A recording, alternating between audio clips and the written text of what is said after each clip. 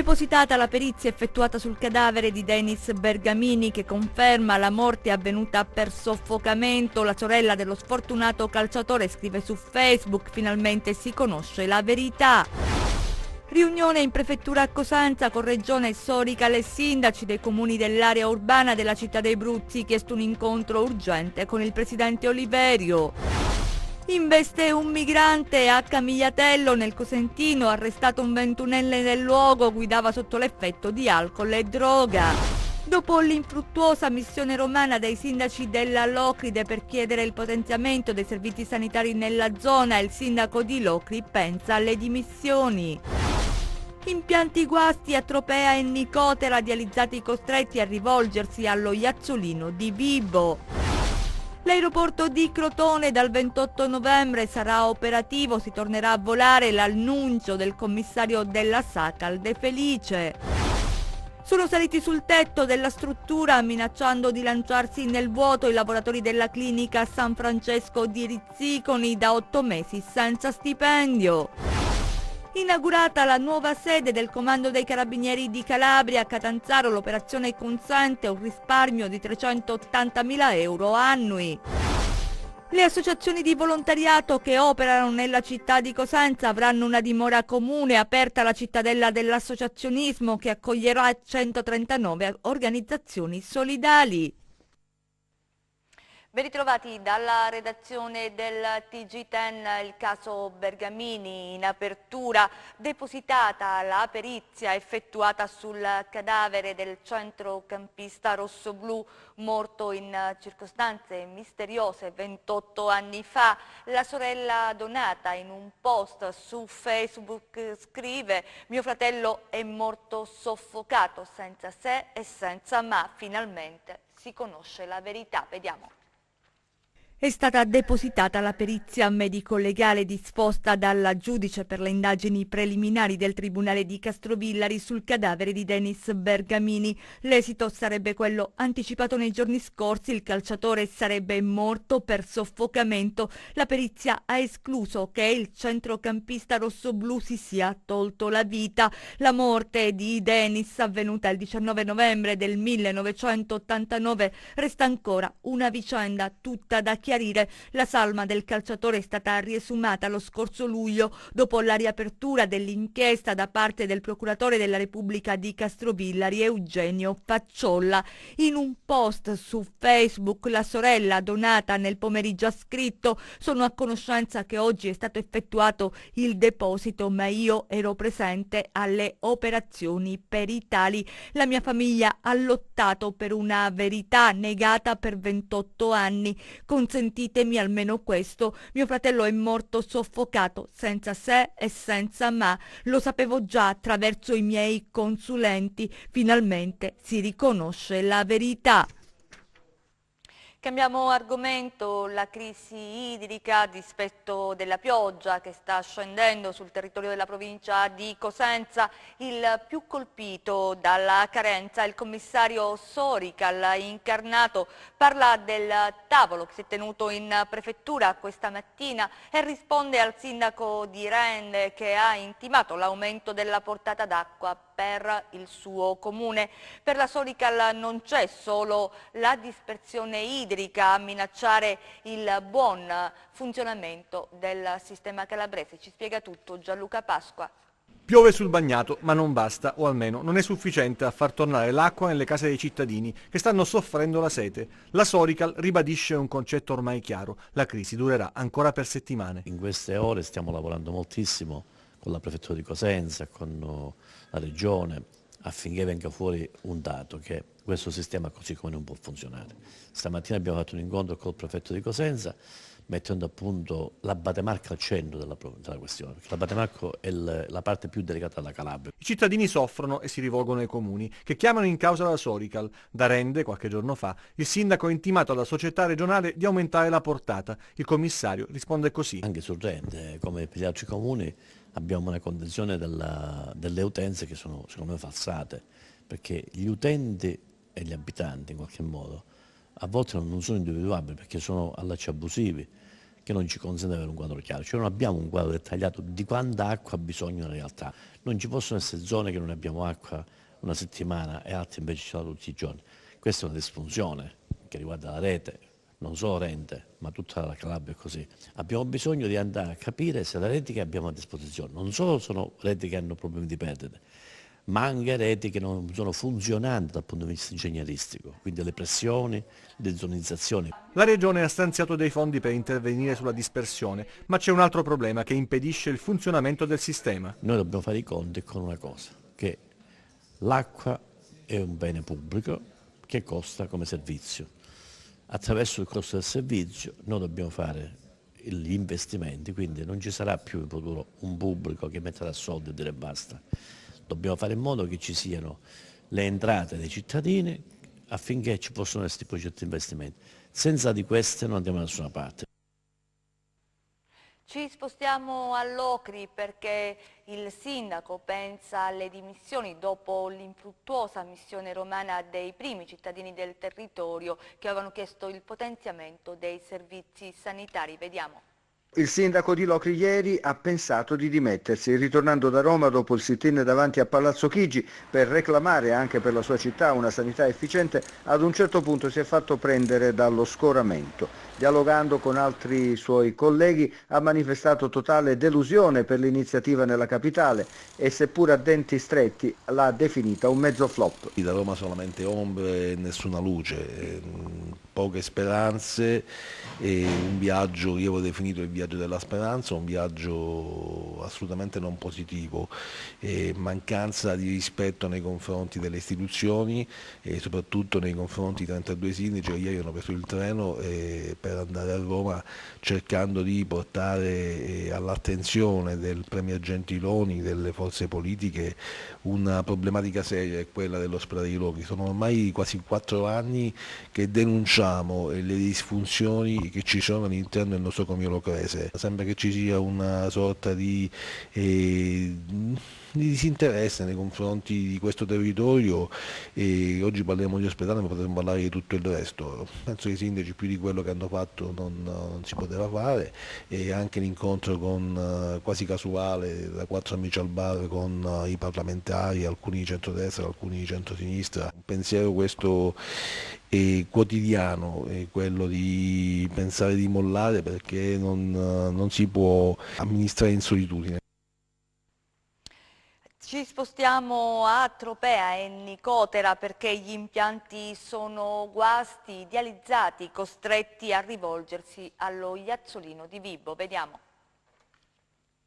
Emergenza sanitaria all'ASP di Vibo Valentia. A Tropea, in Nicotera, da 2 giorni è andato in tilt l'impianto di osmosi del reparto di nefrologia in entrambi gli ospedali con disagi per i pazienti dializzati, per i quali è stato necessario il trasferimento all'ospedale Iazzolino di Vibo Valentia, dirottati d'urgenza attraverso i mezzi messi a disposizione dalla stessa azienda sanitaria di Vibo, anche attraverso il ricorso ad associazioni di volontariato. Da ieri, insomma, un autentico calvario per i pazienti, in alcuni casi rientrati solo a tarda sera nelle loro abitazioni, e un tour de force per i reparti ospedalieri sovraccaricati di utenti e costretti a ricorrere agli straordinari. Allo Iazzolino in particolare sono stati predisposti 3 turni per garantire l'assistenza nell'arco delle 24 ore ai 26 pazienti vibonesi canonici e più i 15 provenienti da Tropea e i 4 da Nicotera. Intanto è stato attivato un nuovo intervento tecnico effettuato sugli impianti di osmosi malfunzionanti, macchine che saranno ora sottoposte ai dovuti test per tutta la giornata con l'obiettivo di riprendere il regolare funzionamento già da domani nel tentativo di alleviare i disagi per i pazienti a causa dei trasferimenti forzati cui sono stati costretti nelle ultime ore. Tutto questo dopo che già si era dovuto intervenire per un'altra situazione di emergenza a causa del guasto dall'impianto di riscaldamento. Da giorni infatti erano fuori uso i termosifoni sia a Tropea che a Vibo Valentia, mentre a Nicotera nei giorni scorsi un problema era stato riscontrato alla linea elettrica tanto che l'esterno dell'ospedale era completamente al buio. Torniamo ad occuparci dell'avvertenza dei lavoratori della casa di cura a San Francesco di Rizziconi. Da 8 mesi i dipendenti sono senza stipendio. Alcuni lavoratori sono saliti sul tetto della struttura minacciando di lanciarsi nel vuoto. Vediamo. Si acuisce la tensione tra i lavoratori della Fondazione San Francesco d'Assisi, la casa di riposo che ha sede a Rizziconi, dove i lavoratori della San Francesco non ricevono lo stipendio da 8 mesi. E questa situazione stava per assumere risvolti tragici, l'ennesima protesta dei dipendenti in sciopero della fame da più di una settimana. 4 lavoratori esasperati infatti sono saliti sul tetto della struttura e hanno minacciato di lanciarsi nel vuoto. Tempestivamente si sono portati sul posto gli agenti della Polizia di Stato, i carabinieri, i vigili del fuoco e un'ambulanza del 118. Dopo estenuanti trattative tra le forze dell'ordine e i 4 scioperanti, i lavoratori intorno alle 3 del mattino hanno desistito scendendo nel cortile della struttura di via Santa Maria Superiore, senza però abbandonare il proposito di continuare la protesta. Uno sfogo causato anche dall'atteggiamento della legale rappresentante dell'istituto, che secondo gli scioperanti sarebbe stato grave e lesivo della dignità dei lavoratori. Sotto accusa alcune frasi di scherno che sarebbero state pronunciate dalla stessa amministratrice. Nella trasmissione televisiva Dalla vostra parte di lunedì scorso, i lavoratori hanno chiesto l'intervento delle istituzioni per verificare eventuali sprechi perché qualcosa non andrebbe per il verso giusto. La rappresentante legale si sarebbe rifiutata di dare risposte. Il vescovo Francesco Milito, nella qualità di componente del consiglio di amministrazione della fondazione, ha dichiarato che avrebbe preso posizione solo dopo aver incontrato il CDA. Non è servita dunque la mediazione del prefetto Michele Di Bari, che pochi giorni fa ha convocato tutte le parti e il sindacato Sulpi, da anni al fianco dei dipendenti della fondazione. Per i danni provocati dalle mareggiate, vediamo. Qualche istante, pronto il servizio che ci racconta dei danni provocati dalle mareggiate a Fuscaldo. Siamo nel Cosentino, eccolo. Le immagini che vi mostriamo le ha girate una nostra troupe lo scorso 13 settembre in località Messinette a Fuscaldo sul Tirreno Cosentino e mostrano la mareggiata che ha distrutto parte del lungomare. Le onde forti e il mare mosso minacciavano le case, con gli abitanti preoccupati ed allarmati, cortili allagati e detriti dappertutto. Questa mattina siamo tornati a vedere la situazione e a parte il sole caldo ed il mare calmo, nulla sembra cambiato, anzi. Non si sa a chi bisogna rivolgersi più.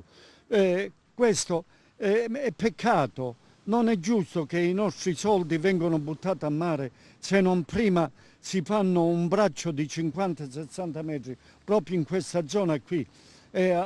Alla fine bisogna fare una T per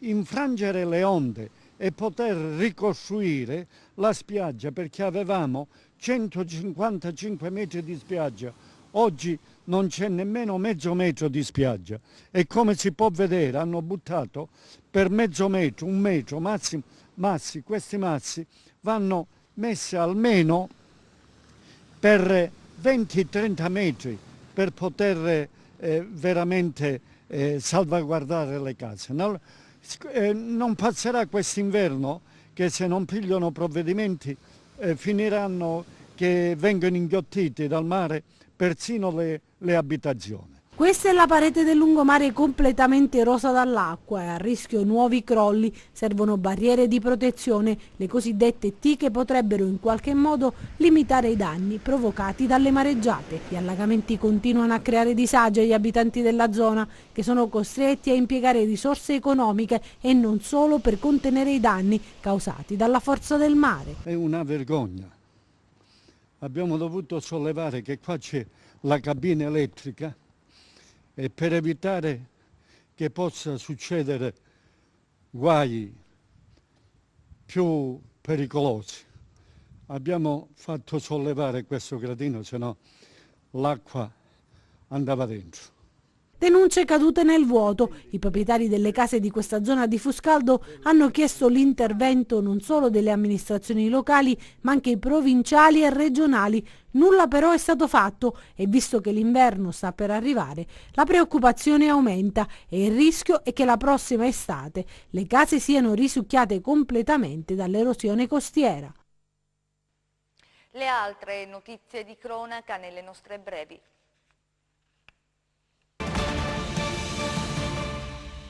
È stato portato all'Annunziata di Cosenza e sottoposto a intervento chirurgico il 26enne nigeriano, ospite del centro di accoglienza di Camigliatello Silano, investito da un pirata della strada. I carabinieri hanno avviato indagini e rintracciato il conducente dell'auto. Si tratta di un 21enne che guidava sotto l'effetto di alcol e droga. Il 21enne è stato arrestato e posto ai domiciliari.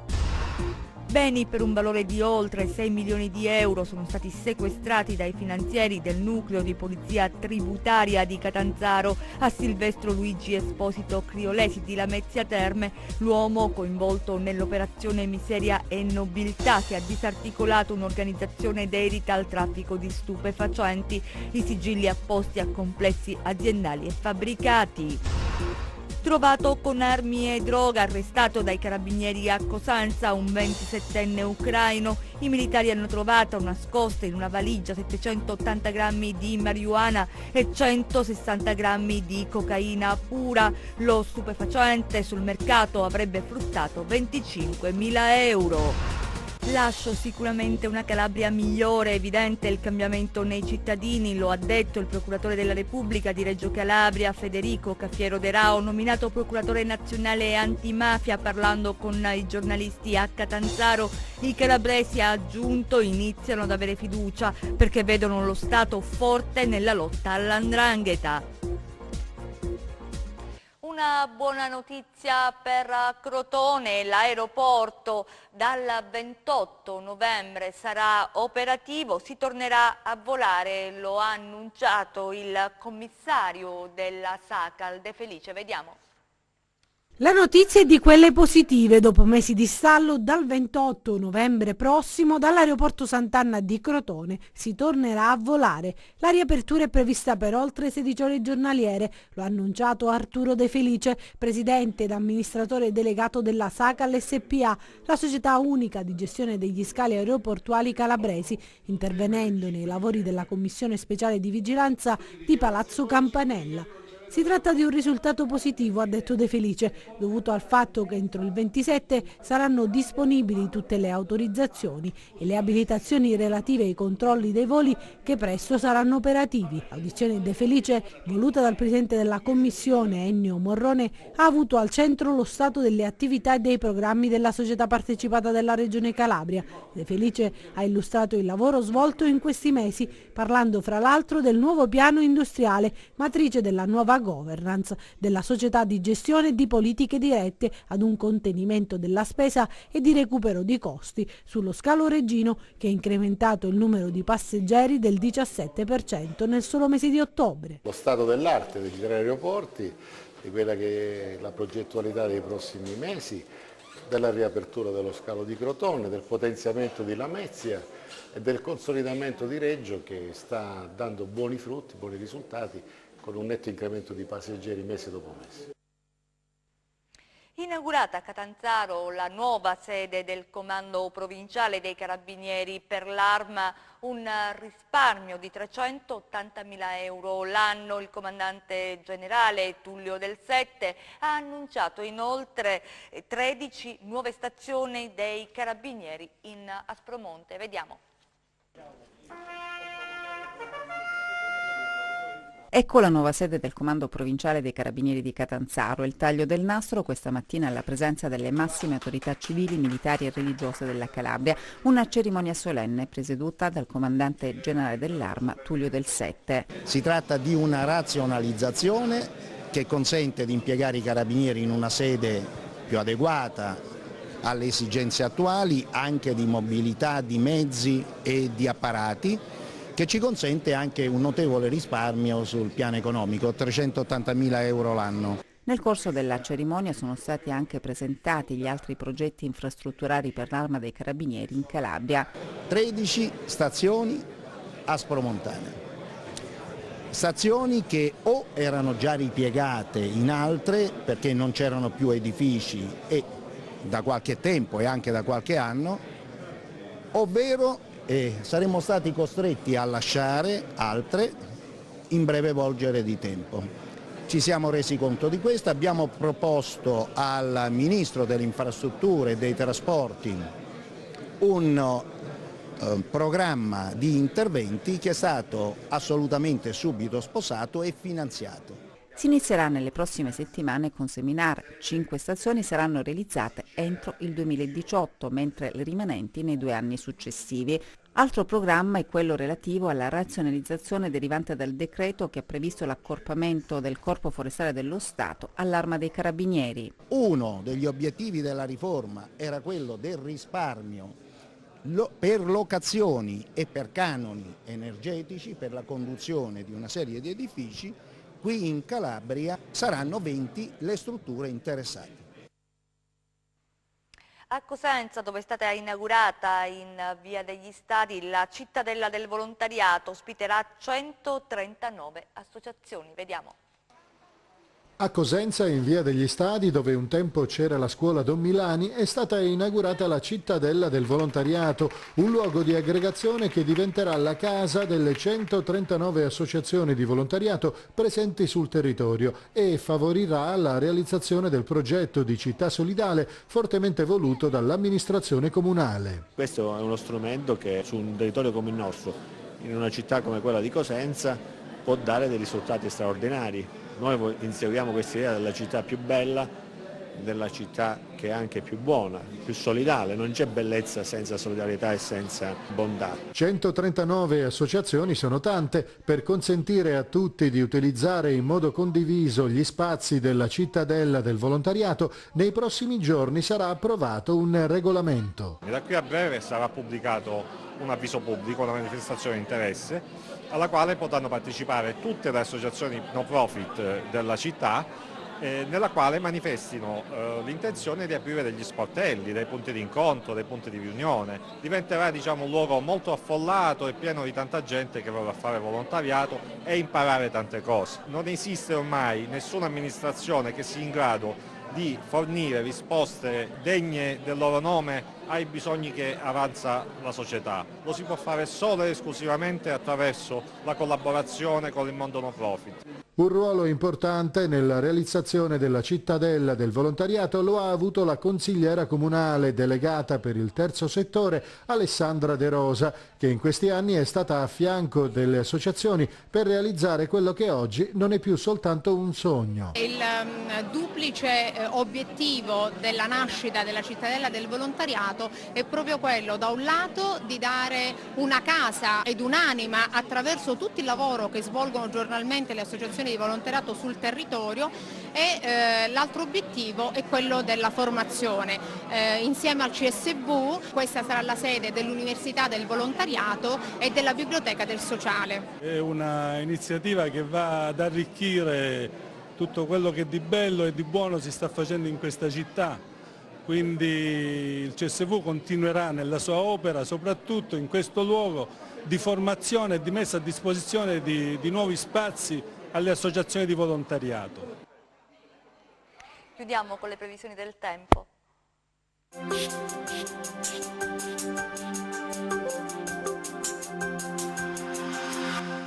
Ben ritrovati da meteoincalabria.it. Ancora attivo il vortice ciclonico che sta distribuendo piogge sul bacino centrale del Mediterraneo. Sul nostro territorio saranno sempre in prima linea al maltempo i settori ionici, grazie alle correnti di scirocco richiamate dal minimo depressionario centrato per la giornata di oggi sul canale di Sicilia. Passiamo alle previsioni in dettaglio. Domani nuvolosità irregolare, più consistenti sui settori ionici del Catanzarese e Crotonese, dove sono previsti piogge e rovesci sparsi. Locali sconfinamenti delle precipitazioni anche sui versanti tirrenici ed interni a partire dalle ore centrali della giornata. Temperatura stazionaria. Passiamo ora al comportamento di mari e venti. Domani ventilazione nord-orientale ovunque, tra debole e moderata, con mare poco mosso il Tirreno, mosso lo Ionio. Prima di salutarci vi ricordo come sempre il nostro sito web www.meteoincalabria.it e la nostra pagina Facebook Meteo in Calabria. Per oggi è tutto, grazie per la cortese attenzione, appuntamento a domani. Ci fermiamo qui, grazie per essere stati con noi, grazie a regia ad Enzo Leonetti, messi in onda a Giuseppe Costanzo, noi vi auguriamo un buon proseguimento.